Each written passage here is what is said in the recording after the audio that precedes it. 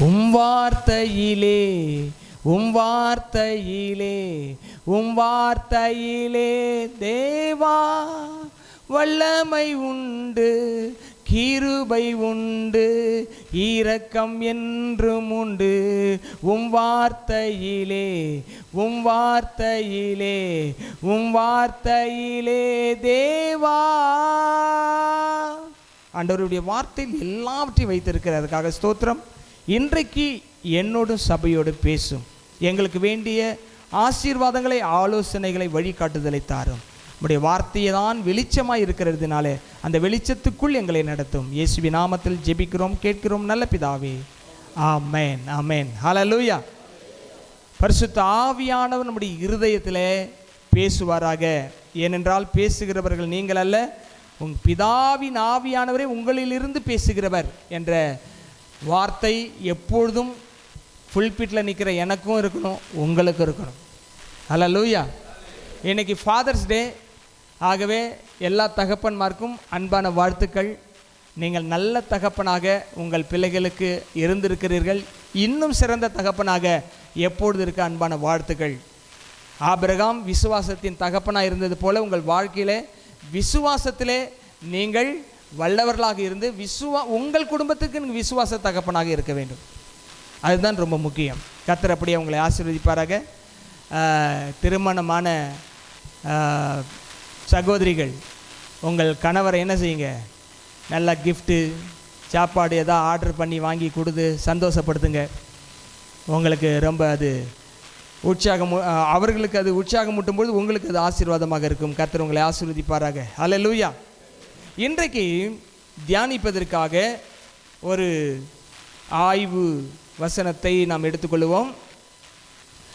2 கொரிந்தியரின் புஸ்தகம் 5ஆம் அதிகாரம் 6ஆம் வசனம். தம்பி வசனம் போடு. 2 கொரிந்தியரின் புஸ்தகம் 5ஆம் அதிகாரம் 6ஆம் வசனம். எல்லாம் யாராகிலும் ஒருத்தர் எடுத்தவங்க வாசிங்க பார்க்கலாம். நாம் தரிசித்து நடவாமல் விசுவாசித்து நடக்கிறோம். இது பிரசன்ட் டென்ஸில் எழுதப்பட்டிருக்கு. விசுவாசித்து நடப்போம் அப்படின்னு எழுதியிருந்தால் அது எதிர்கால வாக்கியம். இங்கே என்ன போட்டிருக்கிறது? மீண்டும் வாசிங்க. நாம் அப்படின்னா பிரசங்கம் பண்ணுற நானும் கேட்குற நீங்களும் நாம் தரிசித்து நடவாமல் விசுவாசித்து நடக்கிறோம். சரி, ஆங்கிலத்தில் எப்படி போட்டிருக்குன்னா, for we walk by faith not by sight. For we walk by faith not by sight. இதில் ரொம்ப கவனமாய் இன்றைக்கு இந்த ஃபாதர்ஸ் டேல கவனிக்க வேண்டிய ஒரு விஷயம், மதரும் கவனிக்கணும், சில்ட்ரன்ஸும் கவனிக்கணும், ரொம்ப வயசானவங்க எல்லாருமே கவனிக்கணும். என்ன கவனிக்கணும்னா, நம்முடைய வாழ்க்கை வாழ்வதற்கான அழைப்பு எப்படிப்பட்டதுன்னு சொன்னால், பார்த்து பார்த்து நடக்கிறதல்ல, பார்க்காம நடக்கிறது. அதுக்கு பேர் தான் விசுவாச நடத்தை. Walk by faith. நாம் தரிசித்து நடவாமல் விசுவாசித்து நடக்கிறோம். அப்படின்னா எப்படி பாஸ்டர் அப்படின்னா, கொஞ்சம் நல்லா புரிஞ்சுக்குங்க. இது ஒரு ஸ்டடி பேஸ்டு மெசேஜாக இருக்கிறதுனால கவனமாக கேட்கணும், நோட்ஸ் எடுங்க. இப்போ இந்த சரீரத்திற்கு 2 கண்கள் இருக்கிறது. இந்த கண் பொருட்களையும் நபர்களையும் இடங்களையும் பார்த்து நடக்கிறது. அல்லேலூயா. வரும்போது நீங்கள் பார்த்தானே வந்தீங்க, அங்கே உங்கள் சுற்றி இருக்கிற எல்லாத்தையும் பார்த்தீங்க. இப்போ போகும்பொழுதும் அப்படி தான் செய்வீங்க. அப்போ போகும்போது சொல்லுவாங்க எல்லாருமே, பார்த்து போயிட்டு வான்னுவாங்க, பார்த்து போயிட்டு வா. அப்போ இந்த ஃபிசிக்கல் பாடிக்கு கண்கள் தான் பார்த்து நடப்பதற்கு உதவியாக இருக்கிறது. அல்லேலூயா. சரி, அப்போ நம்முடைய ஆவிக்கு கண் இருக்கணும்ல. நம்ம சரீரத்துக்கு என்ன இருக்குது? கண் இருக்குது. அப்போ நம்முடைய ஆவிக்கு ஆத்மாவுக்கு என்ன இருக்கணும்? கண் இருக்கணும். இப்போ இந்த கண்ணில் வெள்ளை மொழி கருப்பு மொழி இருக்குது. நரம்பு மண்டலங்கள்லாம் சேர்ந்து அது மூளையோடு இணைச்சி உடனே என்ன செய்யுது? ஒரு விசுவலாக பார்க்குறதுக்கு உதவி செய்யுது. இப்போ பைபிள் சொல்லுது, நீங்கள் பார்த்து நடக்க வேண்டாம், விசுவாசித்து நடங்கன்னு சொல்லுது. எப்படி நடங்க? விசுவாசித்து நடங்க. பார்த்து பார்த்து நடக்காதீங்க, விசுவாசித்து நடங்க. இது எதன் அடிப்படையில் சொல்கிறாங்கன்னா, ஆவிக்குரிய வாழ்க்கையில் நீங்கள் கண்ணில் பார்த்ததை நம்பி நடக்கக்கூடாது. தேவன் உங்களுக்கு ஆயத்தம் பண்ணினவைகளை ஆவிக்குரிய கண்ணால் பார்க்கணும். அந்த ஆவிக்குரிய கண்ணுக்கு பேர் விசுவாச கண். அல்லேலூயா. இந்த கண்ணால் அங்கே இருக்கிறத பார்க்க முடியாது. அதனால் ஆண்டவர் இங்கே நமக்கு என்ன கொடுத்துருக்கிறார்? ஆவியில் ஒரு கண்ணை கொடுத்திருக்கிறார். எப்படி சரீரத்துக்கு ஒரு கண் இருக்கிறதோ அதே போல் ஆவிக்கு ஒரு கண் இருக்கு. அந்த கண்ணுக்கு பேர் விசுவாச கண். சொல்லுங்க, விசுவாச கண். சரி, அப்ப விசுவாசத்தெல்லாம் நம்ம பார்க்கறதுனால அந்த விசுவாசத்துக்கு கண்ணுன்னு பேர் வைக்கிறோம், அவ்வளவுதான். விசுவாசத்தினால நம்ம என்ன செய்யறோம்?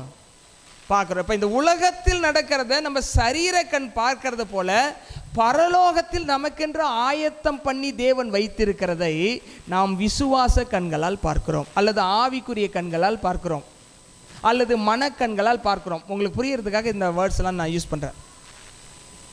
எத்தனை பேருக்கு இந்த பேசிக் புரியுது? நீங்க தோற்று போகாமல் எப்பொழுதும் ஜெயமா வாழணும்னா இந்த மெசேஜ் உங்களுக்கு ரொம்ப முக்கியம். இங்க கவனிங்க, நான் மறுபடியும் அதை வாசிக்கிறேன். நாம் தரிசித்து நடவாமல் விசுவாசித்து நடக்கிறோம். For we walk by faith not by sight. இப்போ சரீர பிரகாரமாய் நாம் ஆவியில் நடக்க முடியாது. இல்லாததை விசுவாசித்து தேவன் தரன்னு சொன்னதை அதை பார்க்காட்டாலும் ஆவிக்குரியான கண்ணால் அதை பார்த்து அது எனக்கு தேவன் கொடுத்தார் என்று பேசி நம்ம நடக்கிறோம் பாருங்க, அதுக்கு பேர் விசுவாச நடக்கை. Walk by faith. சரி, இப்போ நல்லா கவனிங்க, இன்னொரு வசனத்தை கூட நம்ம பார்க்கலாம். 1 கொரிந்தியரின் புஸ்தகம் 2ஆம் அதிகாரம் 9ஆம் வசனம். தேவன், அதாவது எழுதியிருக்கிறபடி தேவன் தம்மில் அன்பு கூறுகிறவர்களுக்கு ஆயத்தம் பண்ணினவைகளை கண் காணவும் இல்லை, காது கேட்கவும் இல்லை, அவைகள் மனுஷனுடைய இருதயத்தில் தோன்றவும் இல்லை. நல்லா கவனிங்க, இந்த கண்ணை பற்றி திரும்ப திரும்ப வருது. என்ன வருது? எழுதி இருக்கிறபடி. அப்படின்னா என்னன்னா, இப்போ புஷ்பாமாவை எடுத்துக்கங்க, அவங்க வீட்டுக்கார் டேவிட் டிம்ஸ்ன்னு எடுத்துக்கங்க. அவங்களுக்குன்னு வேண்டிய ஆசீர்வாதத்தை தேவன் பரலோகத்தில் இருக்கிற அவர்களுடைய புத்தகத்தில் எழுதி வச்சிருக்கிறார். அவங்க பேஜில் போய் பார்க்கணும். அவங்க பேஜில் என்னென்ன ஆசீர்வாதம் கிடைக்கும், எந்தெந்த வருஷம் கிடைக்கும், எத்தனை விஷயங்கள் நடக்கும் அப்படின்றதெல்லாம் எழுதி வச்சிருக்கிறார். என்னை பற்றி எழுதி வச்சிருக்கிறார், என் பிள்ளைகளை பற்றி எழுதி வச்சிருக்கிறார். ஒவ்வொருத்தரை பற்றி ஒரு புத்தகத்தை அங்கே வச்சிருக்கிறார். அந்த புத்தகத்தில் நீங்கள் பிறக்கிறதுக்கு முன்னாடி, உலகம் தோன்றதுக்கு முன்னாடி அவர் உங்களுக்குரிய ஆசீர்வாதத்தை எழுதி வச்சிருக்கிறாரு. அது சின்ன சின்னது கிடையாது, ரொம்ப ரொம்ப பெருசு, ரொம்ப ரொம்ப பெருசு. சரி, இப்போ பாருங்க, அந்த எழுதியிருக்கிறபடி தேவன் எழுதி வைத்திருக்கிறவைகளை தேவன் தம்மில் அன்பு கூறுகிறவர்களுக்கு ஆயத்தம் பண்ணினவைகளை ஆயத்தம் பண்ணி வச்சுட்டாரு. இனிமேல் தான் ஆயத்தம் பண்ணுவார் கிடையாது. நீங்கள் ஜெபிச்ச பிறகுதான் அவர் போய் ரெடி பண்ணி கொடுக்க போகிறது கிடையாது. ஒன்றையும் ஏற்கனவே ரெடி பண்ணி வச்சிருக்காரு. அதை நீங்கள் புரிஞ்சுக்கணும். ஏற்கனவே எல்லாம் முடிவு செய்யப்பட்டு விட்டது. அவர் ஆயத்தம் பண்ணி விட்டாரு. அந்த ஆயத்தம் பண்ணினவைகளை அடுத்த வார்த்தையை கவனமாக பார்க்கணும், ஃபாலோ பண்ணணும். என்ன எது காணவில்லை? இந்த புறக்கண் காணவில்லை, இந்த புறக்காது கேட்கவில்லை, சாதாரண நம்முடைய மனித இதயத்தில் தோன்றவில்லை. எத்தனை பேருக்கு புரிஞ்சுது? அப்ப எழுதியிருக்கிறதெல்லாம் நம்மளை பற்றி சூப்பராக ஆண்டவர் ஒரு பிளானை போட்டு எல்லாத்தையும் எழுதிட்டாரு. அதை இந்த புறக்கண்களால், புறக்காதுகளால், புற இதயத்தால் உணர முடியாது, கேட்க முடியாது, பார்க்க முடியாது. ஆனால் நாம் எப்படி நடக்க அழைக்கப்பட்டிருக்கிறோம்? விசுவாசத்தில் நடக்க அழைக்கப்பட்டிருக்கிறோம், விசுவாசத்தில் கேட்க அழைக்கப்பட்டிருக்கிறோம், விசுவாசத்தில் பார்க்க அழைக்கப்பட்டிருக்கிறோம். அல்லேலூயா. அப்படின்னா என்ன அர்த்தம்னா, இல்லாதவைகளை, இந்த புறக்கண்ணால் பார்க்க முடியாதவைகளை தேவன் ஆயத்தம் பண்ணி இருக்கிறாரே, அதை ஆவிக்குரிய கண்களால் தினந்தோறும் பார்க்க பழக வேண்டும். ஆமீன் சொன்னவர்களை மட்டும் ஆசீர்வதியப்பா. தினந்தோறும் அதை பார்க்கணும். இந்த கண்ணால் எல்லாம் பார்க்க முடியுதுன்னு சொன்னா அகக்கண்ணாலும் தேவன் ஆயத்தம் பண்ணி இருக்கிறவைகளை பார்க்க முடியும். சரி, 10ஆம் வசனம். நமக்கோ தேவன் அவைகளை தமது ஆவியினாலே வெளிப்படுத்தினார். உங்களுக்குள்ள பரிசுத்த ஆவியானவர் இருந்தா உங்கள் புத்தகத்தில் உங்களை பற்றி என்னெல்லாம் எழுதியிருக்கு, உங்கள் குடும்பத்தை பற்றி என்ன எழுதியிருக்கு, எல்லாத்தையும் நீங்கள் பார்க்கலாம். இதுக்கெல்லாம் ஆமேன்னு சொல்லணும். லேட்டாக சொன்னால் கிடைக்காது. என்ன போட்டிருக்கு?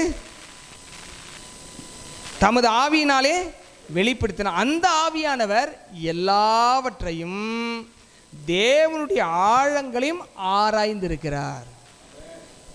எல்லாம் டீட்டெயிலாக ஹோலி ஸ்பிரிட் ஆஃப் காடுக்கு தெரியும். அதனால தான் பரிசுத்த ஆவியினால் நிரம்பி நாம் ஜெபிக்கும் பொழுது அங்கே இருக்கிறத பார்க்கறதுக்கு நம்முடைய ஆவிக்குரிய கண் திறக்கும், அங்கே இருந்து பேசுகிறத கேட்கறதுக்கு ஆவிக்குரிய காது திறக்கும், அங்கே இருந்துக்கிறத புரிஞ்சுக்கிறதுக்கு நம்முடைய இதயம் திறக்கும். இதை பேசிக்காக ஒவ்வொரு கிறிஸ்தவர்களும் இந்த ஸ்டேஜுக்கு வரலன்னா நீங்கள் எத்தனை வருஷம் கிறிஸ்தவர்களாக இருந்தாலும் கர்த்தர் பேசுகிறத கேட்க முடியாது, கர்த்தர் வைத்திருக்கிறத பார்க்க முடியாது, கர்த்தர் சொல்லுகிறத விசுவாசிக்க முடியாது. அதனால தான் தினமும் பைபிள் வாசித்து ஜெபிக்கும்போது தான் விசுவாசமானது, அடிப்படை விசுவாசம் வளர்ந்துக்கிட்டே போகும். அப்போ தான் அந்த விசுவாசம் வேலை செய்வதற்கு தேவன் வார்த்தை அனுப்பும்போது வேலை செய்யும். இல்லாட்டி விசுவாசிக்காது. அவர் அனுப்புகிற வார்த்தை வேஸ்ட்டாக போயிடும். எலிசா ஒருத்தருக்கு தான் அனுப்புனார், அந்த ஒருத்தர் அப்படியே பேசினார், அது நடந்துச்சு. அல்லேலூயா. சரி, கவனிங்க, இன்னும் கொஞ்சம் புரிகிற மாதிரி மறுபடியும் கூட நான் அதை 16ஆம் வசனத்தை வாசிக்கிறேன். ஆதலால் நமக்கோ தேவன் அவைகளை தமது ஆவியினாலே வெளிப்படுத்தினார். அந்த ஆவியானவர் எல்லாவற்றையும் தேவனுடைய ஆழங்களையும் அறிந்திருக்கிறார். ஆங்கிலத்தில் நான் வாசிக்கிறேன். But God hath revealed them unto us by his spirit, for the spirit searcheth all things, the deep things of God.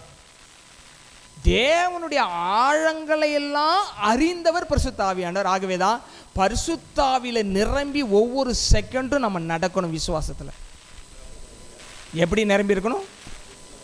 ஆமாம், அவர்கள் எல்லாம் பரிசுத்த ஆவியினால் நிரப்பப்பட்டிருக்கணும். சும்மா தொடப்பட்டு இல்லை. நிறைய பேர் சர்ச்சில் வந்தால் நம்ம நல்லா பாட்டை பாடி ஒர்ஷிப் பண்ணும்போது தொடப்படுறாங்க. நிரப்பப்பட்டிருக்கணும். அல்லேலூயா. 2 நாளைக்கு முன்னாடி அங்கே ஒருத்தர் சைக்கிள் மேலே உட்காந்துருந்தார். நாங்கள் கடைக்கு போனோம், போயிட்டு வரும்போது உட்காந்துட்டே இருந்தார். அப்புறம் வெடிகால 4 மணிக்கு போய் ஜெபம் பண்ணுறேன், அப்பயும் உட்காந்துட்ருக்கிறாரு.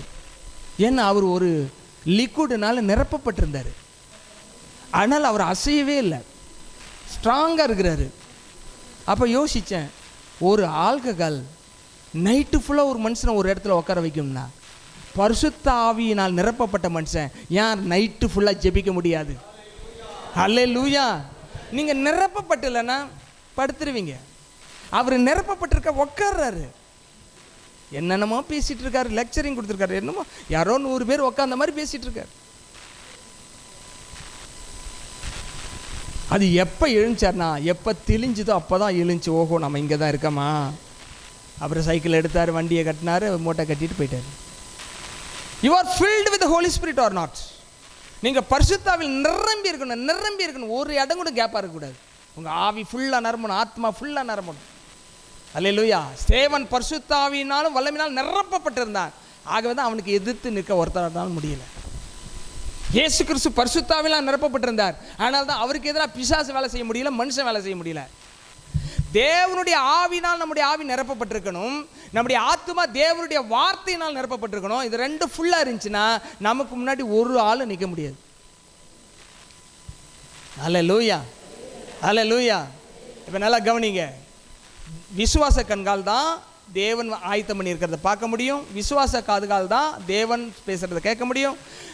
விசுவாச இதயத்தால் தான், நம்முடைய ஆவிக்குரிய இதயத்தால் தான் தேவனை உணர முடியும், அவர் சித்தத்தை அறிய முடியும். மற்றபடி ஃபிசிக்கலாக அது முடியாது. சரி, இன்னொரு விஷயத்தை கூட நான் உங்களுக்கு சொல்கிறேன். தேவன் நம்முடைய ஆவியிலே ஒரு காட்சியவோ அல்லது தேவன் நம்முடைய இருதயத்தில் ஒரு பாரத்தையோ அல்லது தேவன் நமக்கு ஒரு சத்தத்தையோ கொடுத்து விட்டார் என்று சொன்னால் அதில் உறுதியாய் நிற்க வேண்டும். அல்லேலூயா. எல்லாரும் விசுவாசித்தா நீ விசுவாசின்னு ஆண்டவர் சொல்லலை. நீ விசுவாசித்தால் தேவனுடைய மகிமையை நீ காண்பாய். எல்லாரும் விசுவாசத்தான், நீ விசுவாசி.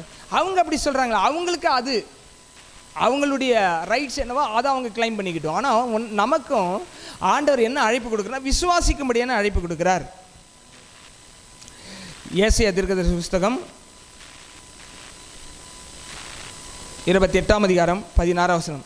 ஆதலால் கர்த்தராகிய ஆண்டவர் உரைக்கிறதாவது, இதோ அஸ்திபாரமான ஒரு கல்லை நான் சீயோனிலே வைக்கிறேன், அது பரீட்சிக்கப்பட்டதும் வெளியேறப்பட்டதும் திட அஸ்திபாரம் உள்ளதுமான மூளைக்கல்லாக இருக்கும்.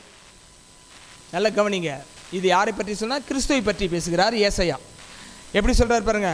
அதனால் கர்த்தராகிய ஆண்டவர் உரைக்கிறதாவது, இதோ அஸ்திபாரமான ஒரு கல்லை நான் சீயோனிலே வைக்கிறேன், அது பரீட்சிக்கப்பட்டதும் வெளியேறப்பட்டதும் திட அஸ்திபாரம் உள்ள மூளைக்கல்லாக இருக்கும், விசுவாசிக்கிறவன் பதறான். கர்த்தர் சொல்லிட்டாரா? பதட்டமே வரக்கூடாது, பதஷ்டமும் வரக்கூடாது. பதட்டம்னுக்கு வேறு ஏதாவது வார்த்தை இருக்கா? பதறது, ஐயோ என்ன ஆகுதுன்னு அலையிறது, கத்துறது, அழுவுறது எதுவுமே இருக்கக்கூடாது. பதறக்கூடாது. பதறன்னா சிதறி போயிடும் காரியம். பதறக்கூடாது. விசுவாசிக்கிறவன் சொல்லுங்கள், விசுவாசிக்கிறவன். நீங்கள் சத்தமாக உங்கள் இதயத்தில் கை வச்சு சொல்லுங்கள், விசுவாசிக்கிறவன். Therefore thus saith the Lord God, behold, I lay in Zion for a foundation, a stone, a tried stone, a precious cornerstone, a sure foundation. He hath believed shall not make haste. அது அற்பமாக எண்ண மாட்டான். அதெல்லாம் நடக்குமா நடக்காது இல்லை, எதுனாலும் ஜெபம் பண்ணுவான். அப்படிலாம் இருக்க மாட்டான், பதற மாட்டான், ஸ்ட்ராங்காக நிற்பான். தேவனுடைய வார்த்தை என்னவாக உங்களுக்கு வந்து இருக்கிறதோ அதுவாகவே நீங்கள் நிற்கணும். ஏன்னா சொன்னவர் ஸ்ட்ராங்கானவர், சொன்னவர் கிரியேட்டரு, சொன்னவர் எதையுமே செய்யக்கூடியவர். அவருடைய வார்த்தை தான் தெரிஞ்சாக்கா ஸ்ட்ராங்காக நிற்கும். நீங்களாம் ஒன்று நினச்சிக்கிட்டு நிற்கிறத நான் சொல்லலை. நீங்கள் விரும்புகிறதெல்லாம் நில்லுங்க, அப்படி இல்லை. தேவன் சொல்லுகிறதில் நீங்கள் நிற்கும் பொழுது கர்த்தர் சொன்னதை நிறைவேற்றுவார். அல்லேலூயா, அல்லேலூயா. அப்போ ஆண்டவர் என்ன சொல்கிறாருன்னா, அவருடைய ஆசீர்வாதத்தை பெற்றுக்கொள்வதற்கு விசுவாச வழியாகத்தான் பெற்றுக்கொள்ள வேண்டும்னு வச்சிருக்கிறார். உங்களுடைய ஆசீர்வாதத்துக்காகவும் சரி, உங்கள் பிள்ளைகள் ஆசீர்வாதத்துக்காகவும் சரி, எல்லாத்தையுமே விசுவாசத்தின் வழியாக பெற்றுக்கொள்ள சொல்கிறாரு. சொல்லுங்கள், எதன் வழியாக பெற்றுக்கொள்ள சொல்கிறாரு? பெற்றுக்கொள் சார். ரோமர் 14ஆம் அதிகாரம் 23ஆம் வசனம். ஒருவன் சமுசெய்யப்படுகிறவனாய் புசித்தால் அவன் விசுவாசம் இல்லாமல் புசிக்கிறபடினால் ஆக்கினைக்குள்ளாக தீர்க்கப்படுகிறான். விசுவாசத்தினாலே வராத யாவும் பாவமே. எடுத்துட்டீங்களா? 14:23. விசுவாசத்தினால் வராத யாவும் பாவமே. சும்மா உங்கள் பிள்ளைகள் உங்களுக்கு கீழ்ப்படுகிறதை விட அவர்கள் வசனத்தை வாசித்து தியானித்து வசனத்தின்படி உங்களுக்கு கீழ்ப்படிவது பெரிய ஆசீர்வாதம். சும்மா நீங்கள் பாஸ்டருக்கு கீழ்ப்படிவதை விட வசனத்தை வாசித்து தியானித்து அந்த வசனத்தின் மூலமாய் கீழ்ப்படிவது பெரிய ஆசீர்வாதம். அதான் விசுவாசத்தினால் வராத யாவும் என்னவா? எல்லாரும் சத்தமாக சொல்லுங்க, விசுவாசத்தினால் வராத யாவும் பாவம். இந்த செய்திக்கு என்ன தலைப்புன்னா, தேவனை எப்படி விசுவாசிக்க வேண்டும், தேவனை எப்படி விசுவாசிக்க வேண்டியதுதான் தலைப்பு. தேவன் ஈஸியானதை சொல்லுவாரா? இப்போ யார் ஜபராஜை பார்த்து, ஜபராஜ் நீ ஒரு வெள்ளை வேட்டியில் பச்சை கரை போட்ட வேட்டி கட்டியிருக்கிற, இதை நீ விசுவாசின்னு சொன்ன அது தேவையா? அது விசுவாசிக்கிறதுக்கு எதாவது அர்த்தம் இருக்கா? அது இருக்குது, நம்ம பார்க்குறோம்.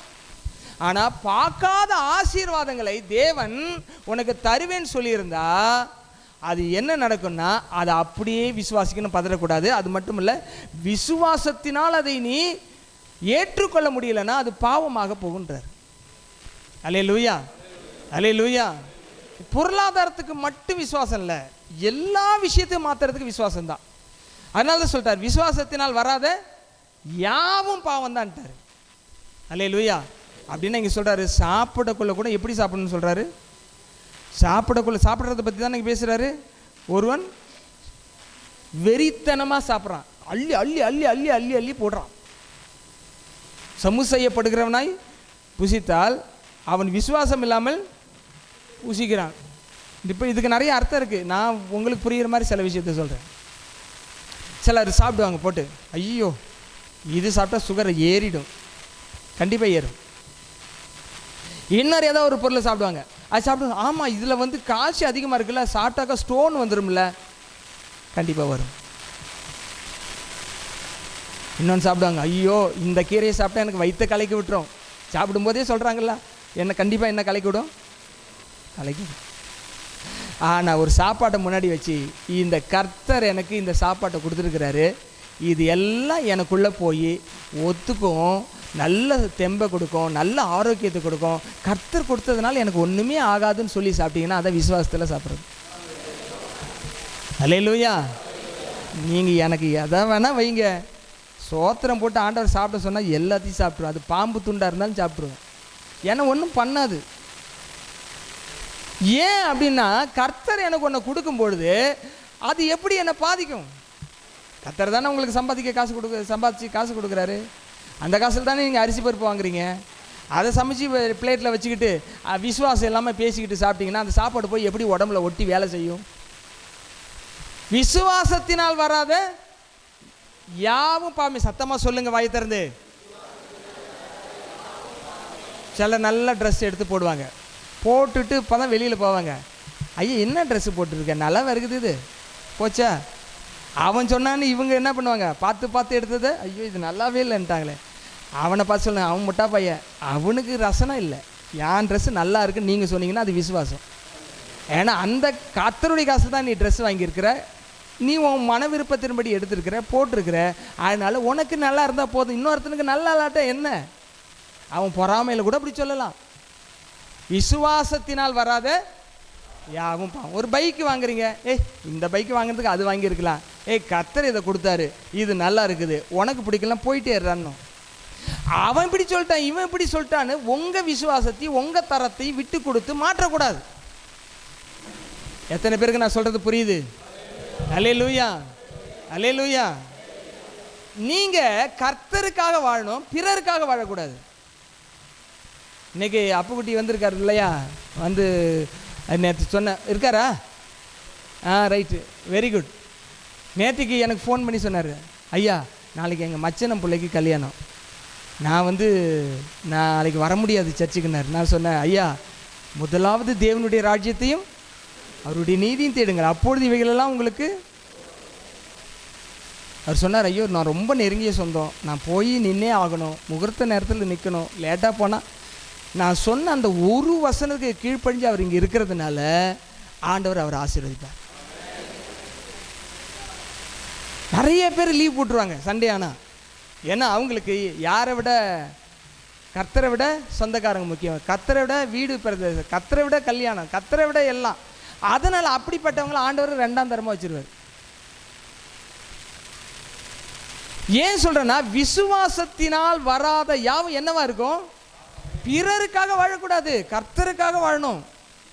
கர்த்தர் தான் நம்ம ரட்சித்திருக்கா, கர்த்தர் தான் நமக்கு சோறு போடுறார், கர்த்தர் தான் நமக்கு ட்ரெஸ் கொடுக்குறார், கர்த்தர் தான் நமக்கு பாதுகாப்பு கொடுக்குறார், கர்த்தர் தான் நமக்கு பரலோகத்தை கொடுக்க போறாரு.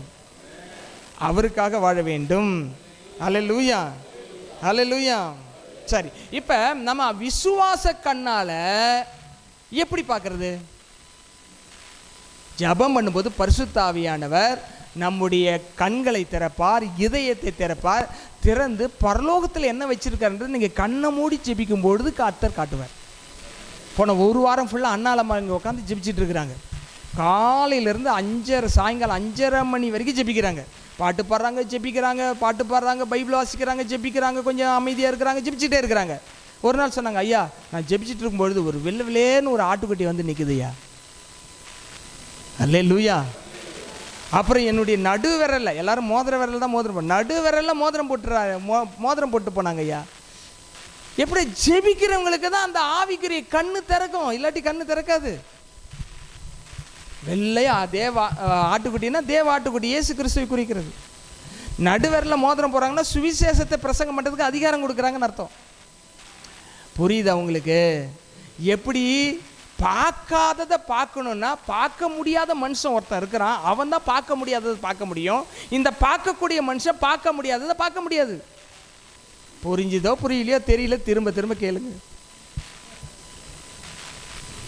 2 கொரிந்தியர் 4:17 மேலும் காணப்படுகிறவைகளை அல்ல, மேலும் காணப்படுகிறவைகளை அல்ல,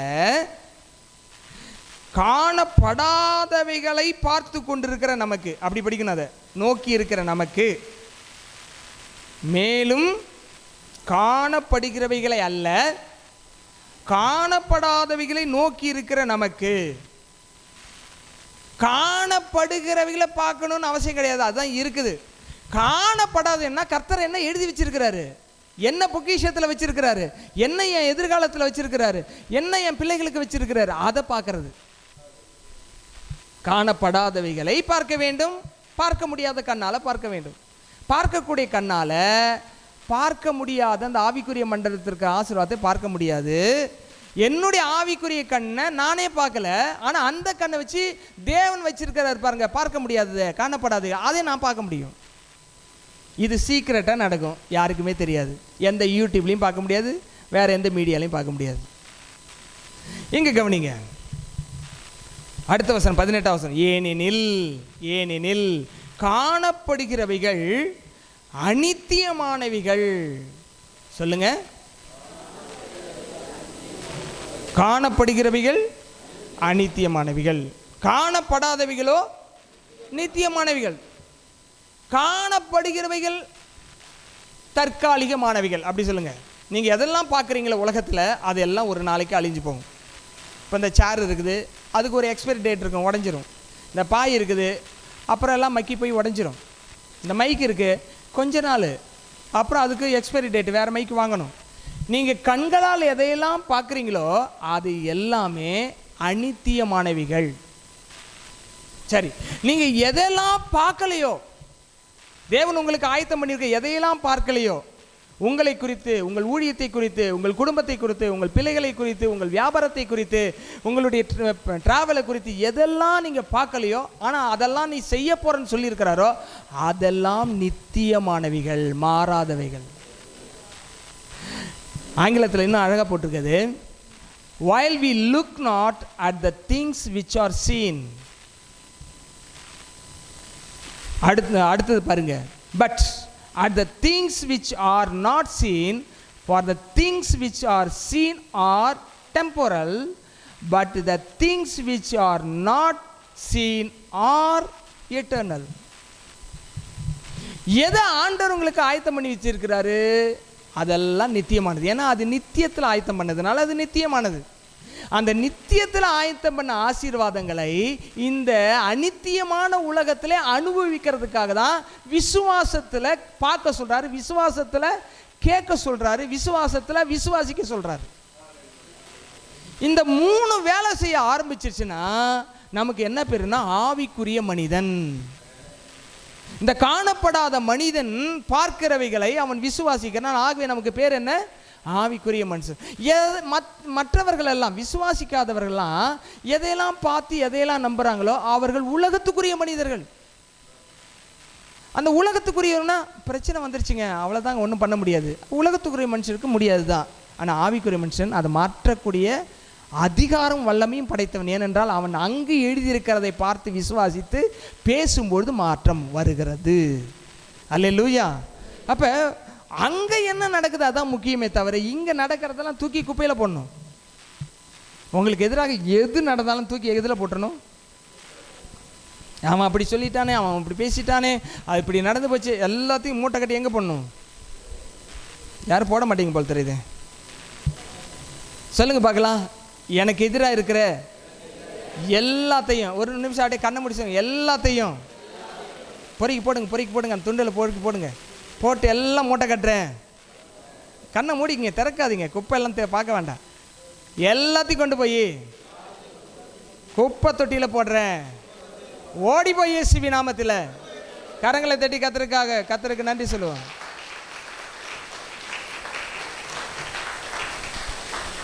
ஏன் பிரச்சனைகளை இருதயத்தில் போடக்கூடாதுன்னா, இருதயம் கர்த்தருடைய வார்த்தையினால் நிரப்பப்பட வேண்டியது, குப்பையால் நிரப்பப்படக்கூடாது. இன்னொருத்தன் பிரச்சனையெல்லாம் கொண்டாந்து நம்முடைய இருதயத்தில் போட்டு தியானம் பண்ணிட்டு இருக்கக்கூடாது. வசனத்தை மட்டும்தான் தியானம் பண்ணணும். வசனத்தை தியானம் பண்ணுறதுக்காக நம்மளுக்கு கர்த்தர் இருதயத்தை கொடுத்துருக்கிறார். அல்லேலூயா, அல்லேலூயா. சரி, இப்போ ஆண்டவர் ராஜரிகம் பண்ணுகிறார், எல்லாம் அவருடைய கட்டுப்பாட்டில் இருக்கு. ஒரு வசனத்தை வாசிப்போம். கொலேசியர் 1:16. ஏனென்றால் அவருக்குள் சகலமும் சிருஷ்டிக்கப்பட்டது. ஏனென்றால் அவருக்குள் சகலமும் சிருஷ்டிக்கப்பட்டது, பரலோகத்தில் உள்ளவைகளும் பூலோகத்தில் உள்ளவைகளுமாகிய காணப்படுகிறவைகளும் காணப்படாதவைகளுமாக சகல வஸ்துக்களும், சிங்காசனங்களானாலும் கர்த்தத்துவங்களானாலும் அதிகாரங்களானாலும் சகலமும் அவரை கொண்டும் அவருக்கென்றும் சிருஷ்டிக்கப்பட்டது. காணப்படாதவைகள், காணப்படுகிறவைகள், புறக்கண்கள், அகக்கண்கள், இதெல்லாம் நம்ம பார்த்துட்டு இருக்கிறோம். இதை நீங்கள் ஒரு 100 முறை கேட்டு பாருங்க, உங்கள் வாழ்க்கை மாறிடும். அவ்வளோதான். சிலபஸ் கொடுத்தாச்சு, அசைன்மெண்ட் நீங்கள் பண்ணணும், அதை மறுபடியும் ப்ராக்டிக்கல் பண்ணணும். ப்ராக்டிக்கல் பண்ண தப்பாக வருதா மறுபடியும் போய் கேட்கணும், அசைன்மெண்ட்டில் என்ன எழுதிருக்குன்னு. மறுபடியும் அதை மறுபடியும் என்ன செய்யணும், ப்ராக்டிக்கல் பண்ணி பார்க்கணும். எங்கே தப்பு வருதோ, செய்ய முடியலையோ டியூட்டரை கேட்கணும். டியூட்டர் உங்களுக்கு கைட் பண்ணுவார், அப்புறம் சக்ஸஸ் ஆகலாம். இது கண்டினியூ ப்ராசஸ். ஒவ்வொன்றும் தொடர்ச்சியாக பயணிக்க வேண்டிய விஷயங்கள். இன்றைக்கி கேட்டுட்டு விட்டுட்டு போகிறது மெசேஜ் கிடையாது. உங்கள் இதயத்துக்கு டேஸ்ட்டுக்காக செய்தி கொடுக்கப்படக்கூடாது, உங்கள் வாழ்க்கையை மாற்றுவதற்காக தான் செய்தி கொடுக்கப்பட வேண்டும். அல்லேலூயா. சரி, நல்லா கவனிங்க. மறுபடியும் வாசிக்கிறேன். ஏனென்றால் அவருக்குள், யாருக்குள், இயேசுவுக்குள் சகலமும் சிருஷ்டிக்கப்பட்டது. சகலமும் சிருஷ்டிக்கப்பட்டது, பரலோகத்தில் உள்ளவைகளும் பூலோகத்தில் உள்ளவைகளுமாகிய காணப்படுகிறவைகளும் காணப்படாதவைகளாக சகல வஸ்துக்களும். பாருங்க, இன்விசிபிள் வேர்ல்டு, விசிபிள் வேர்ல்டு. இப்போ நம்ம பார்க்கறது காணப்படுகிற உலகம். அல்லேலூயா. இந்த காணப்படுகிற உலகத்தில் காணப்படாத விஷயங்கள் இருக்கு. காற்றை யாரா பார்த்துருக்கீங்களா? காற்று யாரா பார்த்துருக்கீங்களா? என்ன கலரு, என்ன உருவம்? நத்திங். இந்த காணப்படுகிற உலகத்தில் காணப்படாத ஒன்று இருக்கிறது, அதையும் நம்புகிறோம். அதே போல் காணப்படாத உலகம் ஒன்று இருக்கு இல்லையா, நித்திய ராஜ்யம். காணப்படாத உலகம் இந்த புறக்கண்ணால் பார்க்க முடியாது. அந்த காணப்படாத உலகத்தில் காணப்படுகிற விஷயங்கள் இருக்குது, அதை நம்ம ஆவிக்குரிய கண்ணால் தான் பார்க்க முடியும். அப்படி பார்த்துக்கிட்டே இருந்தோம்னா நம்ம ஆவிக்குரிய மனுஷர்கள். எத்தனை பேர் ஆவிக்குரிய மனுஷனாக மாறணும் விரும்புகிறீங்க? அல்லேலூயா. சரி பாருங்க, இதெல்லாம் என்ன போட்டிருக்கு அடுத்தது. சிங்காசனங்களானாலும் கர்த்தத்துவங்களானாலும் அதிகாரங்களானாலும் சகலமும், சகலமும், அது ரொம்ப முக்கியமான வார்த்தை, சகலமும் அவரை கொண்டும் அவருக்கென்றும் சிருஷ்டிக்கப்பட்டது. யாருக்காக? எல்லாம் அவருக்காக தான் சிருஷ்டிக்கப்பட்டது. அவருக்காக சிருஷ்டிக்கப்பட்டதை எடுத்து நம்ம கையில் கொடுக்குறாரு. ஏய், நீ வச்சுக்கடா, கொஞ்ச நாள் என்னங்க வச்சுக்கோ, 1 லட்சம் வச்சுக்கோ, செலவு பண்ணு. கார் வச்சுக்கோ, வீடு வச்சுக்கோ, செலவு பண்ணு, என்ஜாய் பண்ணுன்றாரு. அவருக்குள்ளே வச்சு எல்லாத்தையும் உண்டாக்கி அவருக்கென்று உண்டாக்கப்பட்டதை நமக்கென்று கொடுக்குறாரு. அதுதான் அன்பு. His love gives generously. அப்போ நாம் விசுவாசத்துக்குள்ளே வரலன்னா பிரச்சனை ஜாஸ்தி. விசுவாசத்துக்குள்ளே வந்துட்டா பிரச்சனை ரொம்ப சுலபமாக தீர்ந்துடும். ஒரு முறை ஒரு பையன் அப்பா கிட்ட கேட்டானா, கடவுள் எவ்வளோ பெரியவருப்பா? கடவுள் இந்த மாதிரிப்பா மேலே ஃப்ளைட் பறக்குது பார்த்தியா, அதை மாதிரி பெருசு. என்னப்பா குட்டியோண்டா இருக்குது, அதை போய் கடவுள் அது மாதிரி பெருசுன்ற. அப்படியா அப்படின்ட்டு ஒரு நாள் என்ன பண்ணாரா, ஏர்போர்ட்டுக்கு கூப்பிட்டு போனாராம். ஏர்போர்ட்டுக்கு கூப்பிட்டு போனால் அங்கே என்ன நின்றுச்சு, ஃப்ளைட் நின்றுட்டுருக்கான். தம்பி அன்றைக்கி நம்ம மேலே பறக்கிற காட்டின பாரு, அதை பாரு இப்போ இங்கே கீழே நிற்கிது பாரு. அப்படியே இவ்வளோ பெருசா? நான் பார்க்கல, எப்படி தெரிஞ்சுது? குட்டியோண்டா தெரிஞ்சுது. நீங்கள் ஆண்டவர் விட்டு தூரமாக இருக்குள்ள எல்லாமே வித்தியாசமாக தெரியும்.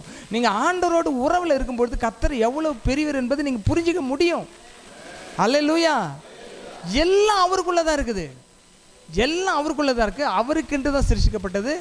அவருக்குள்ளே இருக்கிறவங்களுக்கு அவர் எல்லாம் கொடுத்துக்கிட்டே இருப்பார். அதுக்கு ஆவிக்குரிய கண்ணால், விசுவாச கண்களால் நாம் அவர் நமக்கு உண்டாக்கிறத பார்க்கணும், அதை பேசணும், பார்க்கணும், பேசணும், பார்க்கணும், பேசணும். இப்படி பேசும்போது பிரச்சனை என்ன தெரியுமா? இப்போ ஆதாம் ஏவாளுக்கு எல்லாத்தையும் கொடுத்துட்டாரு. இப்போ வில்லன் ஒருத்தன் இருக்கான். அவன் நினச்சான், என்னடா அவனுக்கே எல்லாம் கொடுத்துட்டாரு, இப்போ அவங்ககிட்ட இருந்து பிடுங்க முடியாது. ஆனால் கடவுள் மீது உள்ள விசுவாசத்தை கெடுத்துட்டோம்னா இவனை நம்ம பக்கம் கொண்டு வந்துடலாம், இவன் கையில் இருக்கிறதெல்லாம் நம்ம அடமானத்தில் வச்சுக்கலாம். அதனால் என்ன பண்ணான், போய் கோபமாகவே பேசலை. ரொம்ப மோசமான ஆட்கள்லாம் ரொம்ப மென்மையாக பேசுகிறாங்க. நியாயமான ஆளுங்கள் தான் ரொம்ப சத்தமாக பேசுகிறாங்க. என்னென்னா அவங்களுக்கு அநியாயத்தை தாங்க முடியறதில்ல. இவன் இப்போ சாத்தான் போய் என்ன பண்ணுறான், ரொம்ப மெதுவாக போகணும். பாருங்கள், எல்லா மிருகமும் நடந்தால் சவுண்டு கேட்குமா கேட்காதா? பூனை கூட சில டைமில் குதிச்சா சவுண்டு வரும். நான் கேட் வாக்குன்றாங்க, நடந்தால் என்ன பூனை வர்றதே தெரியாது. ஆனால் சாத்தான் அதை விட மென்மையாக இங்கே வந்தா. ஏதேன் தோட்டத்துக்கு வந்து சொன்னால், இந்த தோட்டத்துக்கு எல்லாத்தையும் கடவுள் சாப்பிட வேண்டானாரா? இல்லை இல்லை இல்லை, அப்படிலாம் இல்லை, அதை பார் இந்த மாதிரி தான். ஐயையோ, உனக்கு விஷயம் தெரியாதா? இதை சாப்பிட்டா நீ கடவுளாகிடுவே, பொறாமப்பட்டு உன்னை இதை சாப்பிட வேணான்ட்டார். போச்சா, என்ன வந்துருச்சாங்க? முதல் எது விதைக்கப்பட்டது ஏவாளுக்குள்? சந்தேகம் விதைக்கப்பட்டது. சந்தேகம் விதைக்கப்பட்டவொன்னா அவள் தேவனை பார்ப்பதுக்கு பதிலாக, தேவன் தன்னை அவளுக்கு ஆயத்தம் பண்ணி வைத்திருக்க பார்க்கிற பதிலாக பிசாசையும் அவன் சொன்ன வார்த்தையும் உள்வாங்கி அவன் சொன்ன மாதிரி பார்க்க ஆரம்பித்தா. அதனால் வீழ்ச்சி அடைந்தது மனிதகுலம். தேவ பிள்ளைகள் எப்பொழுதுமே கர்த்தர் காட்டுகள் தான் பார்க்கணும், வேற எல்லாத்தையும் பார்த்துட்டு இருக்கக்கூடாது. ஹல்லேலூயா, ஹல்லேலூயா, ஹல்லேலூயா. சரி, எரேமியா தீர்க்கதரிசி புத்தகம் 1ஆம் அதிகாரத்தில் 11-12 வசனத்தை கவனிங்கள். நான் வாசிக்கிறேன். எரேமியாவுக்கு கர்த்தர் பேசுகிறார். பின்னும் கர்த்தருடைய வார்த்தை எனக்கு உண்டாகி, அவர் எரேமியாவே, நீ என்னத்தை காண்கிறாய் என்று கேட்டார். வாதுமை மரத்தின் கிளையை காண்கிறேன் என்றேன். அப்பொழுது கர்த்தர், நீ கண்டது சரியே, என் வார்த்தையை தீவிரமாய் நிறைவேற்றுவேன் என்றார். அல்லேலூயா. அப்போ நீங்கள் தேவன் பேசுகிற சத்தம் இன்னும் காதில் கேட்கல அப்படின்னா நீங்கள் முதலாவது தேவனோடு உறவை கட்டணும். உங்கள் வீட்டுக்காரு பேசுறது உங்களுக்கு புரியலன்னா அவரை நீங்கள் புரிஞ்சுக்கலன்னு அர்த்தம். சில சும்மா தான் நின்றுட்டு அப்படியே பார்ப்பாங்க, பார்த்தாலே கரெக்டான அந்த அவங்களுடைய லைஃப் பார்ட்னருக்கு தெரியும், இவர் தான் சொல்ல வராருன்னு தெரியும். அவர் பார்த்தாலே இதுதான் மெசேஜ்னு தெரிஞ்சதுன்னா நீங்களும் அவரும் சரியான உறவில் இருக்கீங்கன்னு அர்த்தம், புரிதலில் இருக்கீங்கன்னு அர்த்தம். சொன்னாலே புரிய மாட்டுதுன்னா 2 பேருக்கு சரியான அண்டர்ஸ்டாண்டிங்லான்னு அர்த்தம். அதே போல் தான் தேவன் என்ன செய்ய விரும்புகிறன்றதை உணர முடியும், நம்மளால் சத்தத்தை கேட்க முடியும், காட்சிகளை பார்க்க முடியும். இந்த அனுபவத்துக்குள் வருவதுக்கு தான் கிறிஸ்துவ வாழ்க்கை. இது அனுதினமும் நடக்கிற வாழ்க்கை. இந்த சரீரம் எப்படி தினந்தோறும் பார்க்கிறதோ அதே போல் தினந்தோறும் ஆவி பார்க்க வேண்டும். இந்த சரீரம் எப்படி தினந்தோறும் இந்த உலகத்தின் சத்தத்தை கேட்கிறதோ அதே போல் ஆவிக்குரிய காதினால் தேவனுடைய சத்தத்தை கேட்க வேண்டும். இந்த இருதயத்தால் உலகத்துக்குரிய காரியத்தை எப்படி புரிந்து கொள்கிறோமோ அதே போல் ஆவிக்குரிய இதயத்தால் ஆவிக்குரிய விஷயத்தை புரிந்து கொள்ள வேண்டும். இருதயம் சரியாக இருக்கணும், காது சரியாக இருக்கணும், கண்ணு சரியாக இருக்கணும். அல்லேலூயா, அல்லேலூயா. அப்போ ஆண்டவர் தீவிரமாய் நடத்துவார். நம்மளை கேட்பார், கரெக்டாக என்ன பார்க்குறேன், ரைட், அப்படின்னா நான் தீவிரமாய் நிறைவேற்றுவேன். அப்போ என்ன கர்த்தர் சொன்னாரோ தயவு செய்து எழுதுங்க, எழுதி திரும்ப திரும்ப படியுங்க. அந்த படித்ததை என்ன செய்யுங்க, தூக்கத்தில் கூட பேசுங்க. நீங்கள் என்னத்தை ஆண்டவர் சொல்லி எழுதி பேசுகிறீங்களோ அதை தவிர வேறு ஒன்றை உங்கள் வாழ்க்கையில் ஆண்டவர் செய்ய அனுமதிக்கவே மாட்டார். அல்லேலூயா, அல்லேலூயா. சரி, நல்லா கவனிங்க. இங்கே ஒரு உதாரணத்தை சொல்லி நம்ம பார்க்கலாம். என்னாகும் புஸ்தகம் 13ஆம் அதிகாரம். எல்லாரும் சொன்னாங்க, என்ன சொன்னாங்கன்னாக்கா, மோசே இஸ்ரவேல் ஜனங்களை வழிநடத்தி கொட்டும் போது கானானை போய் வேவு பார்த்துட்டு வாங்கன்னு சொன்னாங்க. 12 பேர் அனுப்பிச்சாரு. 12 பேர் போனாங்க. 12 பேரும் போயிட்டு மறுபடியும் ரிப்போர்ட் கொண்டு வர்றதுக்காக எல்லாரும் தயாராகி வர்றாங்க. எல்லாரும் உட்காந்துருக்குறாங்க. யாரெல்லாம்? இஸ்ரவேல் ஜனங்கள்லாம் ஏகமாய் உட்காந்துருக்குறாங்க. நமக்கு ஒரு நாடு கிடைக்க போதான், அந்த நாட்டை போய் வேவு பார்க்க போயிருக்கிறாங்க.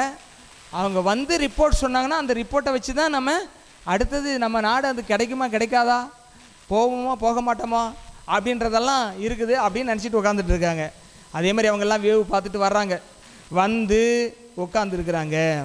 உட்காந்துருக்கும்பொழுது என்ன சொல்கிறாங்க, ஐயோ அங்கே போனோம் பாருங்கள், ஆளெல்லாம் பார்த்தா சரியான ஹைட்டு 7 அடி 8 அடி இருக்கானோ, பார்த்தா நல்ல குண்டாக இருக்கிறானோ, பராக்கிரமசாலியாக இருக்கிறாங்க. அவங்களுக்கு முன்னாடி நாங்கள் நிற்கிறோம், வெட்டுக்கிளி மாதிரி சின்னதாக இருந்தோம் நாங்கள்லாம். அவங்க நினச்சாங்கன்னா நம்மளை அப்படியே அப்போ மாதிரி சாப்பிட்ருவாங்க. அவ்வளோ பயங்கரமான ஆட்கள் அவங்கெல்லாம்.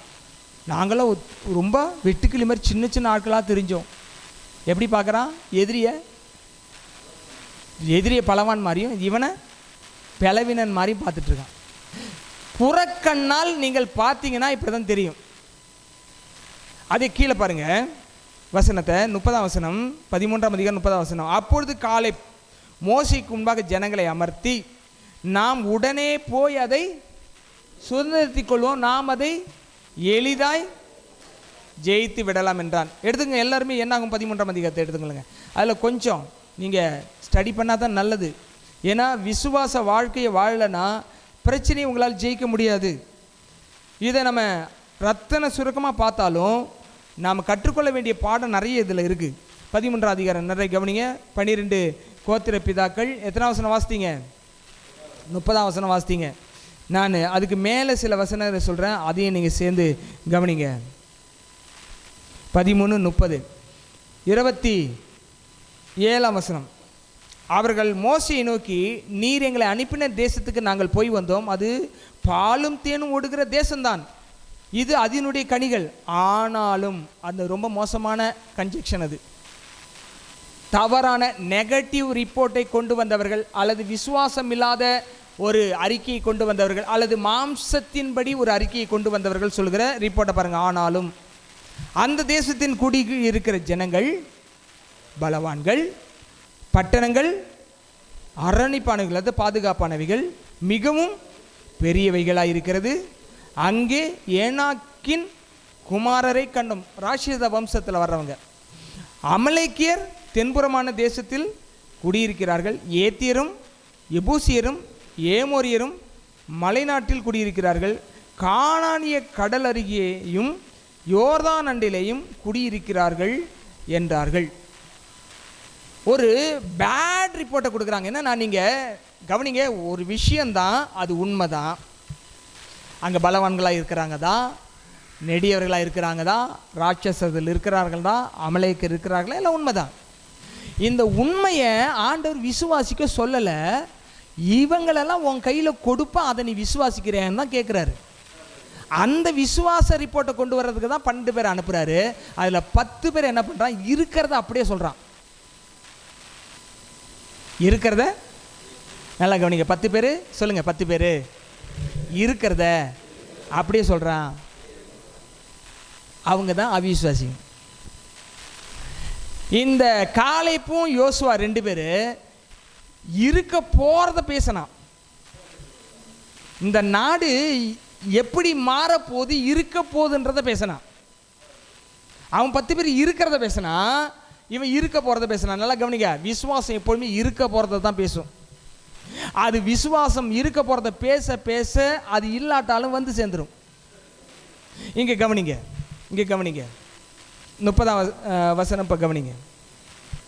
அப்பொழுது காலை மோசேக்கு முன்பாக ஜனங்களை, அப்படின்னா என்ன அர்த்தம்? எல்லாம் கராமுரான்னு சத்தம் போடுறாங்க. யோ, மோசமான இடத்துக்கு கொண்டு போய் நாங்களாம் சாகிறதா, அவன்லாம் அடித்து நாங்களை கொண்டுட மாட்டானா?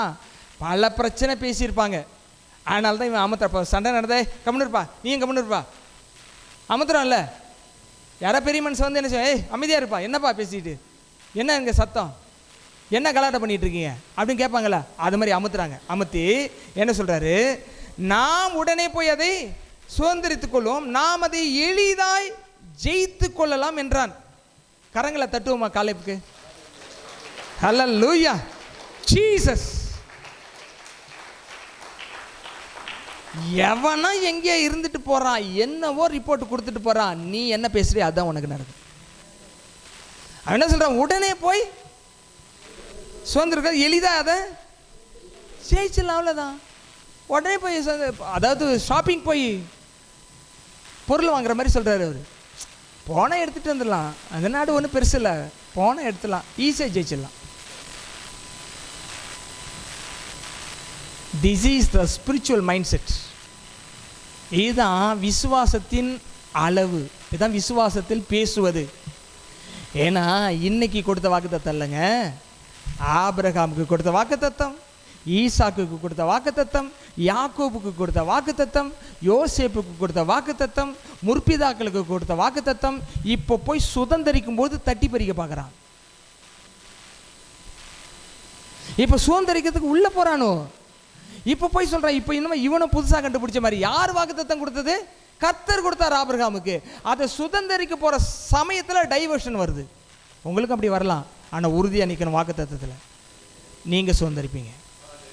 ஹல்லேலூயா, ஹல்லேலூயா. அங்கே பாருங்க, அவனோடு கூட போய் வந்த மனிதரோ நாம் போய் அந்த ஜனங்களோட எதிர்க்க நம்மாலே கூடாது, அவர்கள் நம்மை பார்க்கிலும் பலவான்கள் என்றார். நாங்கள் போய் சுற்றி வந்து பார்த்த அந்த தேசம் தன் குடிகளை பட்சிக்கிற தேசம். நாங்கள் அதிலே கண்ட ஜனங்கள் எல்லாரும் மிகவும் பெரிய ஆட்கள். அங்கே ராட்சித பிரியான ஏனாக்கியரையும் குமாரனாகிய ராட்சிதரையும் கண்டோம். நாங்கள் எங்கள் பார்வைக்கு வெட்டுக்கிளிகளை போல இருந்தோம், அவர்கள் பார்வைக்கும் அப்படியே இருந்தோம் என்று சொல்லி இப்படி இஸ்ரவேல் புத்திரருக்குள்ள தங்கள் சுற்றி பார்த்து வந்த தேசத்தை குறித்து துர்ச்செய்தி பரவ செய்தார்கள். நல்லா கவனிங்க, நீங்கள் ஆவிக்குரியவங்களா இல்லைன்னா நீங்கள் ஒரு ரிலீஜியஸ் கிறிஸ்டியன் தான். ரிலீஜியஸ் கிறிஸ்டியன்ஸ் நீங்கள் எத்தனை இன்னும் இந்த இந்தியா 2000 வருஷமாக சுவிசேஷத்தை கேட்டுட்ருக்கு, இன்னொரு 2000 வருஷம் போனாலும் ரிலீஜியஸ் கிறிஸ்டியனால் யாரையுமே மறுரூபமாக்க முடியாது, தேசத்தையும் ஆவிக்குரிய தேசமாக மாற்ற முடியாது. இந்த தேசம் மத அடிப்படையில் கிறிஸ்தவ நாடாக மாறுறதுனால எந்த பிரயோஜனம் கிடையாது.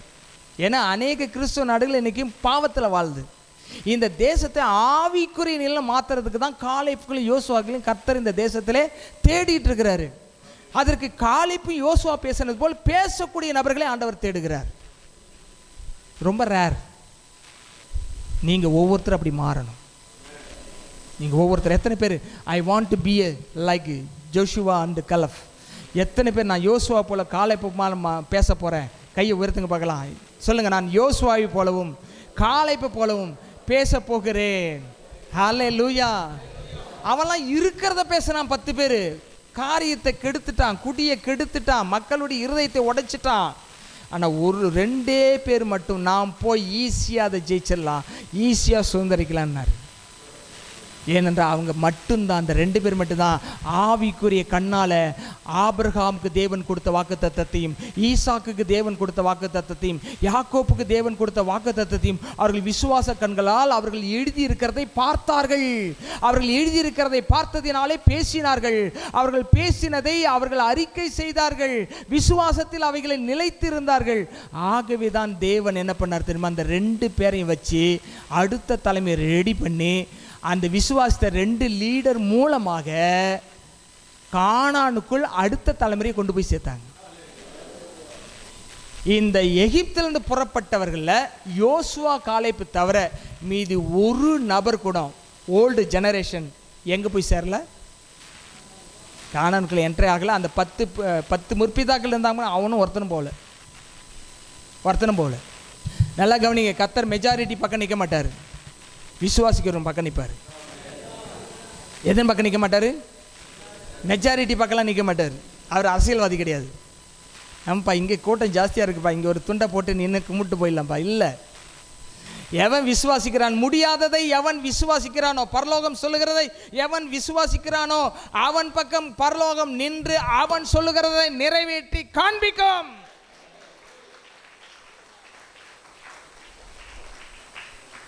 ஆண்டவர் எப்படி பேசுவார் விசுவாசிக்கு சொல்லி? தம்பி அந்த கடல்கிட்ட போ அப்படின்னு வரேன், போயிட்டு ஆண்டாரு தாண்டி போனால் என்ன பண்ணணும்? கடலில் இறங்கணும். இறங்கின பிறகு பிளந்து விடுவார்.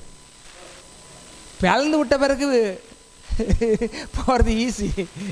நீங்கள் என்னவா இந்த ஒரு படம் கூட இருக்கா, 10 கமாண்ட்மெண்ட்ஸில் கடல் பிளந்த பிறகு போவாங்க. இன்னும் அது சரித்திரத்தை என்ன நடந்துச்சு தெரியுங்களா? யூதா கோத்திரத்தை சேர்ந்த ஒரு பிரபு ஆண்டவர் சொல்கிறார் மோசேக்கிட்ட, இந்த கிராஸ் பண்ணி போக சொல்லு, ரெட் சீயை கிராஸ் பண்ணி போக சொல்லுன்னு சொல்கிறார். இவன் உடனே என்ன செய்யறான்? குதிரை எடுத்துக்கிட்டு இறங்குறான். எதில்? செங்கடலை இறங்குறான். இறங்கி கழுதையினுடைய அந்த கடிவாளம் வரைக்கும் தண்ணிக்குள்ளே போயிட்டானா. ஏன்னா என் ஆண்டவர் சொல்லிட்டா, நிச்சயமாக நான் போகிறேன்னு போனானா. அவன் விசுவாசத்தை பார்த்துட்டு தான் பழந்து விட்டாரான். கை தட்டலாமா? கை தட்டலாமா? கை தட்டி ஆண்டவர் பொழந்து விடுங்கல்ல, நீ இறங்குனா பொழக்கும். கானாவூர் கல்யாணத்தில் என்ன பண்ணாரு? இங்கே வாங்கப்பா, எல்லாம் வாங்க. என்னப்பா, தண்ணியை கொண்டு போய் இந்த தண்ணி கொண்டு போய் கொடுங்கப்பா. எங்கே? பந்தியில் கொண்டு போய் கொடுங்க. அவன் கொண்டு போன பொழுது தான் அந்த போகிற வழியில் தண்ணி திராட்சரசமாக மாறிச்சு. இவன் தண்ணி திராட்சரசமாக மாறினா தான் அங்கே கொண்டு போகணுன்னு சொன்னான்னா அவன் விசுவாசி கிடையாது. புறக்கண்ணால் பார்க்குறான், அகக்கண்ணால் பார்க்கணும். கடவுள் சொல்லியிருக்கிறாரு, நான் கொண்டு இது என்னவோ மாறிடுச்சு, அதனால தான் அங்கே கொண்டு போக சொல்கிறாருன்னு விசுவாசத்து போன பாருங்க, மாறிடுச்சு. மாற்றம் எப்போ வரணும்னா நீங்கள் மாறினா வரும். அவர் மாற மாட்டார், அவர் மாறாதவர், அவர் எல்லாவற்றையும் மாற்றுகிறவர். நீ விசுவாசித்தால் தேவனுடைய மகிமையை காண்பாய். இன்னைக்கு சொல்ற, உங்க வாழ்க்கையில் உங்களுக்கு எதிராக எதெல்லாம் இருக்குதோ அதெல்லாம் தலைக்கீழாக மாறப்போகிறது. எல்லா தடைகளும் உடைக்க போகிறார். நீ விசுவாசத்தில் பேசி எளிதாய் ஜெயித்துக் கொள்ளலாம், அதை சுதந்திரித்துக் கொள்ளலாம், எளிதாய் ஜெயித்துக் கொள்ளலாம். அவர்கள் நமக்கு அப்பமாவார்கள். ஒரு விசுவாசியை தான் ஆண்டவர் ஒவ்வொரு காலகட்டத்திலும் தர்றாரு. மோசே ஒரு விசுவாசியை பிடிச்சார். நோவா காலத்தில் நோவா ஒரு விசுவாசியை தேடினார். ஆபிரகாம் காலத்தில் அவர் ஒரு விசுவாசி. இந்த ஊரில் இந்த உலகத்தில் ஒரு விசுவாசி இருந்தால் அவன் பக்கத்தில் போய் கத்த நின்று தோளில் தட்டி கொடுத்து, நீ போடா நான் பார்த்துக்கிறேன்னு வரு. அல்லேலூயா, அல்லேலூயா. விசுவாசத்தினால் நீதிமான் பிழைப்பான், விசுவாசியே பதறாதே. விசுவாசத்தினால் நீதிமான் பிழைப்பான், விசுவாசியே பதறாதே. கலங்காதே, தீகையாதே, விசுவாசியே கர்த்தர் கரம் பிடித்து நடத்திடுவார். விசுவாசத்தினால் விசுவாசியே பதறாதே. விசுவாசத்தினால் நீதிமான் பிழைப்பான், விசுவாசியே பதறாதே. எப்பயுமே ஆண்டவர் எப்படி விசுவாசிக்கு சொல்லுவார்னா முடியாதது தான் சொல்லுவார். அதுதான் விசுவாசி. அதாவது ஆண்டவர் பாவத்தில் விழுந்துட்டாலும் மன்னிப்பார்னு அப்படின்னு விசுவாசிக்க வேண்டாம், பாவத்தில் விழாமலே என்னை பாதுகாப்பார்னு விசுவாசிங்க. அதுதான் விசுவாசம். விழுந்துட்டு அப்புறம் எழுந்திருக்கிறது, மன்னிக்கிறது, அது ஒரு ப்ராசஸ். விசுவாசம் எப்படி இருக்குன்னா, அது வராது, அது நடக்காது. கர்த்தர் சொன்னது தான் நடக்குன்றது தான் விசுவாசம். விழுந்தாலும் தூக்குவார் என்பதை விட அது விழாமல் என்னை காப்பார்ன்றது தான் விசுவாசம். அல்லேலூயா, அல்லேலூயா. நடக்கக்கூடியதை செய்வார் அப்படின்றதை விட நடக்கக்கூடாதவைகளை எனக்காக நடத்துவார்ன்றது தான் விசுவாசம். விசுவாசம் எப்பயுமே மேலே தான் இருக்கும், மேலானது தான் பார்க்கும், பரலோகத்துக்குரியது தான் பேசும், அதில் தான் நிற்கும். உங்கள் வாழ்க்கையில் இப்படி யோசுவாவின் காலைப்பும் போல் நீங்கள் பேசுனீங்கன்னா நீங்கள் என்ன பேசுகிறீங்களோ அதை நீங்கள் காண்பீங்க. ஒருவேளை லேட் ஆகலாம், ஒருவேளை லேட் ஆகலாம். நீங்கள் 2 ராஜாக்கள் 6-7 அதிகாரத்தை நம்ம வாசித்தோம். என்ன வாசித்தோம்? அவங்க என்ன பண்ணிட்டாங்க? விசுவாசிக்கலை. அவங்க கண்ணால் பார்த்தா அனுபவிக்கலை. இங்கே எல்லாருமே கானானை பற்றி கேள்விப்பட்டாங்க, எல்லாம் செய்தாங்க. 10 கோத்திர பிதாக்களும் அவர்களை சேர்ந்தவர்களும் போகவே இல்லை. இவங்க 2 பேரும் உள்ளே போயிட்டாங்க. அப்படின்னா யோசித்து பாருங்கள், அப்படின்னா யோசித்து பாருங்கள் விசுவாசம் எவ்வளோ முக்கியம். அதனால தான் ஆண்டவர் லூக்கா 18 அதிகாரத்தில் சொல்கிறார், மனுஷகுமாரன் பூமியில் வரும்பொழுது விசுவாசத்தை காண்போரோன்னு ஒரு பரிதாபமான கொஷின் மார்க்கோடு போயிட்டார். கொஷின் மார்க் போட்டு போயிருக்காரு. நாம் இந்த கடைசி நாட்களில் நமக்கு என்ன வேணும் தெரியுமா? விசுவாசம் வேணும். எத்தனை பேருக்கு அந்த விசுவாசத்தை செயல்படுத்தணும்? எல்லாருக்குள்ளேயும் விசுவாசம் இருக்குது. செயல்படுத்த விரும்புகிறேன், நான் பேச விரும்புகிறேன், எழுத விரும்புகிறேன், பேச விரும்புகிறேன். கர்த்தருக்கு சித்தம் 3 நாள் விசுவாச கருத்தரங்க வைப்போம். விசுவாசத்தை பற்றி நல்ல பயிற்சி கொடுப்போம். நானும் பேசுவேன், பாஸ்டராகவும் பேசுகிறேன். 2 ஸ்பீக்கரை சேர்ந்து உங்கள் வாழ்க்கையில் பெரிய மாற்றத்தை கொண்டு வரலாம். வார்த்தைகள் பேச பேச பேச உங்கள் வாழ்க்கையெல்லாம் மாறிடும். நான் ஏன் இப்படி மாறினேன்னா இந்த வார்த்தை மட்டும்தான் அதுக்கு காரணம். இந்த வார்த்தை மட்டும்தான் நான் மாறினதுக்கு காரணம். என் வாழ்க்கையின் உயர்வுக்கு காரணம், ஆசீர்வாதத்துக்கு காரணம், மேன்மைக்கு காரணம், எல்லாத்துக்கும் காரணம் இந்த வேத புத்தகம் மட்டும்தான், வேற எதுவுமே கிடையாது. வேத புத்தகத்துக்கு கரங்களை தேடி கத்திர மையப்படுத்தும். வேத புத்தகம் தான் காரணம். நீங்கள் இதை மட்டும்தான் நம்பணும். இதையும் நம்புன்னு நான் சொல்லலை, இதை மட்டும் நம்பினா உயர்வடைவீங்க. கண்களை மூடி ஆண்டவரை நோக்கி பார்ப்போம். தகப்பனே, இன்றைக்கு உம்முடைய வார்த்தை எனக்கும் சபைக்கும் கொடுத்திருக்கிறீர். காலேப் யோசுவாவை போல இருக்கிறதை பேசாதபடி இருக்க போறதை பேசினாங்க ஆண்டவரே. மற்ற 10 பேர் இருக்கிறத பேசினாங்க. இன்னைக்கு இருக்கிறதெல்லாம் பேசி அது மாறாதபடி பிசாசு தந்திரமா அநேகர்களுடைய வாயினால வார்த்தைகளை கொடுத்து அழித்து கொண்டிருக்கிறான் ஆண்டவரே. இன்றைக்கு இந்த உம்முடைய சத்தத்தை கேட்கிற உம்முடைய பிள்ளைகள் காலேப்பை போல நாம் அதை சுதந்திரித்துக் கொள்ளலாம், எளிதாய் போய் அதை ஜெயிக்கலாம் என்று ஆண்டவரை நீர் எழுதி வைத்திருக்கிற ஆவிக்குரியார் கண்ணால் பார்த்து பேசி சுதந்திரிக்க கிருபை செய்யும். இப்படி வல்லமில்ல கருத்தில் அர்ப்பணிக்கிறோம். ஆசீர்வதியும் இயேசுவி நாமத்தை ஒப்பு கொடுத்து ஜெபிக்கிறவங்க நல்ல பிதாவே. என் ஆத்துமாவே கர்த்தரை ஸ்தோத்திரி, என் முழுவலுமே பரிசுத்த நாமத்தை ஸ்தோத்திரி. என் ஆத்துமாவே கர்த்தரை ஸ்தோத்திரி, அவர் செய்த சகல உபகாரங்கள் என்று மறவாதே. ஆமென் ஆமென். ஹல்லேலூயா ஹல்லேலூயா ஹல்லேலூயா. கர்த்தர் உங்களை ஆசீர்வதிப்பாராக. God bless you.